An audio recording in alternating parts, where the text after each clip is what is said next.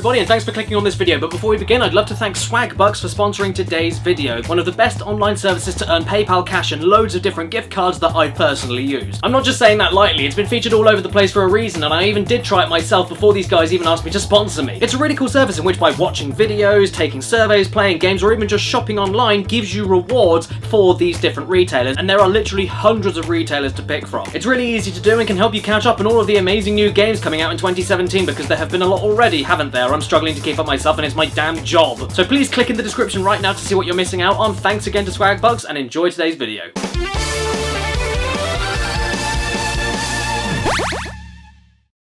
What should I do today? I know, I'll walk indoors. Oh dear, I've been stopped by a sign. Yeah.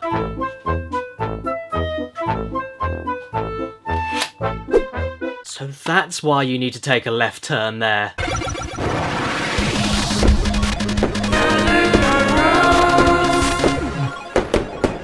Greetings and salutations, my beautiful people, and welcome to the Caddicarus show, where I always have to do the duty of deciding whether or not things deserve to be slaughtered or salvaged. And this is a special message to Teal Game Master. Fuck you! Fuck you for making me do this every time I boot this game up! Bugs Bunny lost in time. Bugs Bunny lost in time. Bugs Bunny lost in time. Bugs Bunny lost in time. So if my gorgeous pipes didn't inform you enough, I decided to take a look at Bugs Bunny Lost in Time. Published in 1999 by Infogrames and Vagina Interactive. This is far from the best PS1 game I've ever played. However, if I judge it as a kid's game, which, let's be real, is the target audience, I mean, look at that fucking bear, then it's one of the most accessible, lengthy, adventurous, and balanced in difficulty you could ever find on the PS1. It does its job as a kid's PS1 game pretty damn spot on as far as I'm concerned, and I'm a very concerned individual. Shut it, Sharon, I'm your father, and you will stop seeing that young man by tomorrow afternoon. He is a bad influence, and that motorcycle of his will kill you! Kill you, I tell you! And don't think I'll be crying at your funeral because I told you so! Why the fuck did I write that? Any good game needs a good beginning, though, and what better place can we begin than in nowhere? Nowhere? No, that's not possible, game. We've got to go somewhere. We can't go nowhere. How can nowhere exist? Don't you start getting philosophical with me, you wascally wabbit wank. So dark themes of solipsism aside, the story here is remarkably simple. Much like the classic Warner Brothers shorts that I love very dearly to my heart, the game is trying to replicate. Individual levels even have their own illustrated title cards, which is more adorable than my smile, and I really appreciate this level of detail for the kids who probably wouldn't care about any of it. It's a shame then that the story is just fucking stupid, and I don't mean cartoony and silly, I mean just stupid. It begins with Bugs wanting to go to the beach but ending up in a random warehouse. He then finds what he thinks is a carrot juice dispenser, so he flips the switch and then ends up stuck in the space-time continuum as you do, and has no choice but to go to nowhere, where he meets Merlin, who tells him he can travel in time at will and will regularly visit you as you collect enough clocks to get home, but for whatever reason that means he somehow can't just get you home straight away. Also, what the fuck was a time machine doing in this warehouse? Who made it? Why can't it go home without enough clocks? Looks like it's in perfect working order to me. I mean, how do these clocks that miraculously power the ship appear in the only places that we can access, and especially in the Stone Age when clocks didn't even exist? None of this stuff gets answered though, so don't twist your knickers about it. Trust me, it's very uncomfortable. So instead, let's focus on Merlin's horrifically creepy voice. All right, listen carefully, Rabbit. And Nowhere acts as your tutorial to show you every mechanic and challenge the game will base its platforming and puzzles around in a very awesome way. The level is non-linear, small, teaches you in the safest and easiest ways possible, and rewards you with golden carrots for each part of the tutorial you complete, which can then be traded for your first clock in order to start the real game off. It's a progressive tutorial, it makes you feel like you're earning these carrots, and it's worth it tenfold just to see Bugs Bunny climb this chain and see the best climbing animation in gaming history. Right, just gotta sneak over this bridge and I'll be home free. Yuck me, I'm in the drink! And I think I gave that guy a heart attack. The heart attack was on purpose that time. And now for a poem. Bugs Bunny Lost in Time doesn't look anything like Grime. This game isn't the most detailed on PS1 or anything, but in terms of nailing the art style in 3D on the PS1, it's as good as it can be. The reason for the lack of detail on textures and such is because it's mostly focused on blocky colours to make it feel like a Looney Tunes shore, and I think it works to its advantage. Plus the facial structures of the enemies and bosses, body movements and animations are all spot on, along with all the voice clips. It's not a very mouthy game at all, like my dog, but whenever there is a voice, it's one of the modern cast members of the more modern Looney Tunes cartoons lending a hand to the feel of the game, and it all really works. And yeah, it does look a bit blocky, but like I said, it's all for the cartoony feel, and the theming in each time period and the use of colours and backgrounds all really pop out because of it. I want to say this is the PS1 version of cell shading, I guess, in this it looks kind of similar. I always loved the adorable pixely reflected sunset in the pirate time period, and the deep contrasting colours and purple dinos I really loved as well in the Stone Age. It makes everything so memorable. I will also never forget that cheeky little laugh Bugs does whenever he gets something to further his goals, the naughty little scamp. You can't ever talk about Lost in Time without mentioning the... Okay, Bugs. Oh, I love him. Anyway, yeah, so one of the most standout things about the game is when... Alright, Bugs, Christ, don't milk it, it's not that funny. Milk. Anyway, one of the best things... Oh, Jesus, you picked up a clock! It isn't funny! Whatever you do as well, never get hit. Bugs gets really pissed off about it. Do you hear that? He's genuinely upset about it. He shouts that at you like, hey, that was my best suit. You got it wet. You... What? God, I really went off subject there. I deeply apologise. I don't usually do that, do I? Did you know my dog hates church bells? Sorry, I'm sorry. Okay.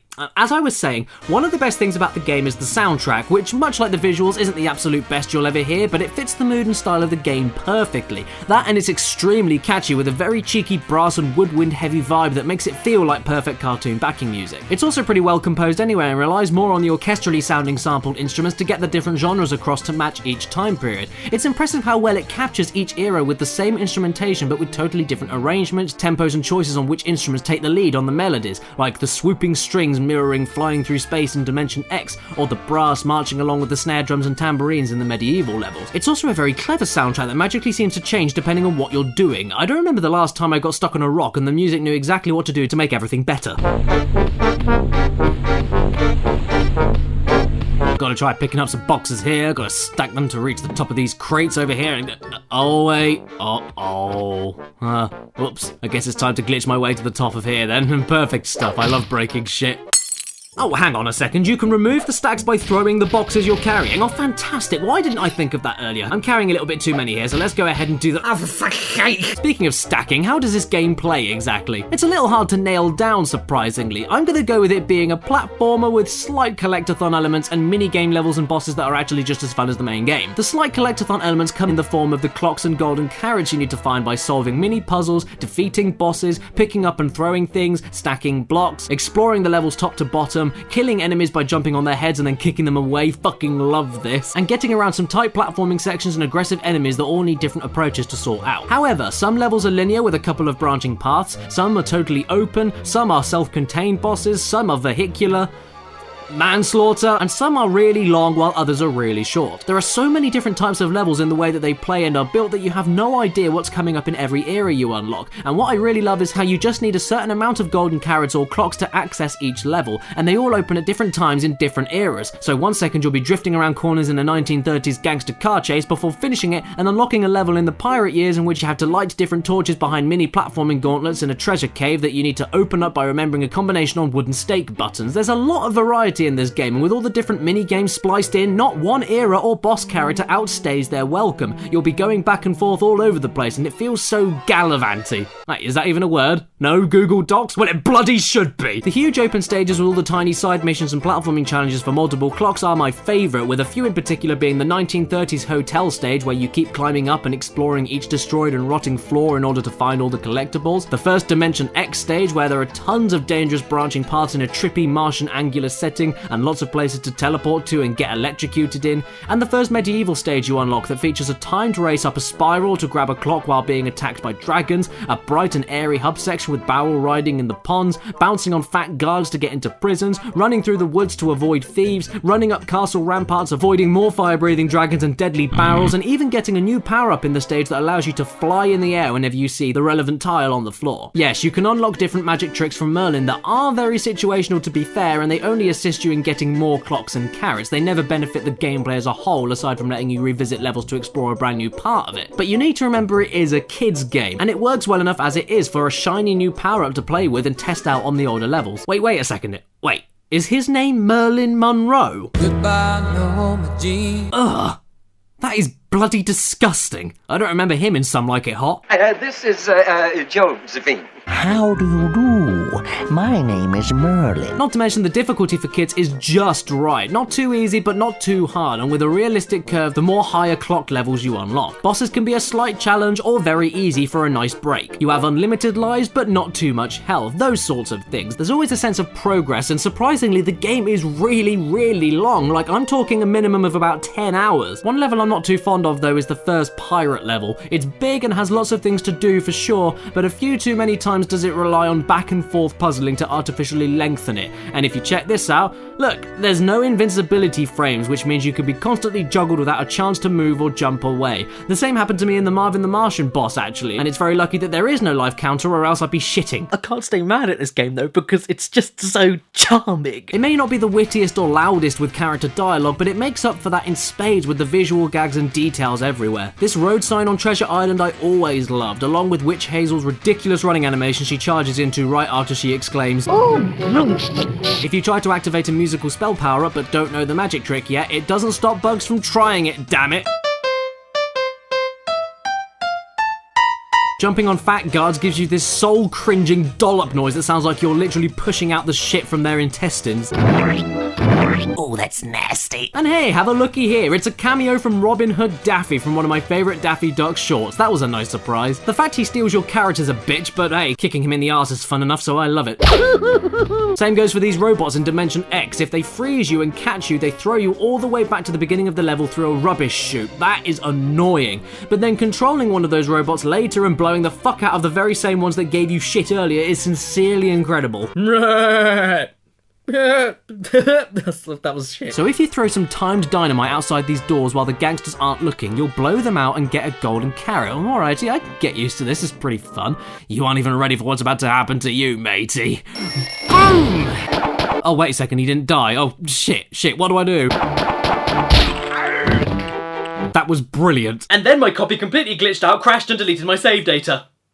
Not because the game is bad or anything, but because I played it so much as a kid that I literally loved it to death. The disc is all scratched because I played this game so much. Yeah, there we go. Yeah, as far as I'm concerned, this is a hidden gem on the PS1, and if you're a fan of Looney Tunes or PS1 games in general, then you owe it to yourself to give this game a shot. It isn't amazing by any means, but it is, in my opinion, one of the greatest kids games ever made, and that's not an easy feat to accomplish. So yeah, I've got nothing else to say. If it's your birthday today or watching this video, happy freaking birthday to you, and please remember to stay beautiful. What to play next on Caddicarus? Why am I still holding this? What to play next on Caddicarus?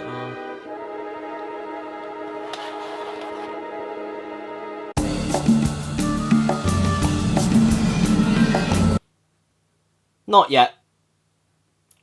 Soon.